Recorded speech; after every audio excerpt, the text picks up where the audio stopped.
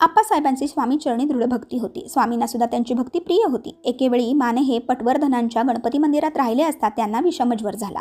आप्पासाहेब हे नित्यनेमाने स्वामींच्या दर्शनास जात, पण आजारपण आल्याने त्यांना स्वामी दर्शनास जाण्यास काही जमेना. परंतु बसल्या जागी ते नित्य स्वामी चरणांचे स्मरण करत होते. भक्ताच्या भक्तीमध्ये खूप शक्ती आहे. ही शक्ती ईश्वराला आपल्याकडे खेचून सहज आणते. आणि असेच झाले. स्वामी महाराज फिरत फिरत गणपतीच्या मंदिरात आले. आप्पासाहेब अस्वस्थ होऊन अक्षरशः बेशुद्ध अवस्थेत पहुडलेले होते. स्वामी म्हणाले, अरे बाळा, मी आलो आहे, तुला बरे करतो. प्रेमाच्या भावनेने त्यांच्याकडे बघितले आणि अतिशय प्रेमाने त्यांच्याजवळ गेले. आप्पासाहेबांच्या अंगावरून 3 वेळा पाय फिरवला आणि थोडा वेळ तेथेच बसून राहिले आणि पुढे निघून गेले. स्वामी भक्त हो, दुसऱ्याच दिवसापासून आप्पासाहेब यांच्या प्रकृतीत फरक जाणू लागला आणि काही दिवसातच चमत्कारिकरित्या ते आजारातून पूर्णपणे बरे झाले.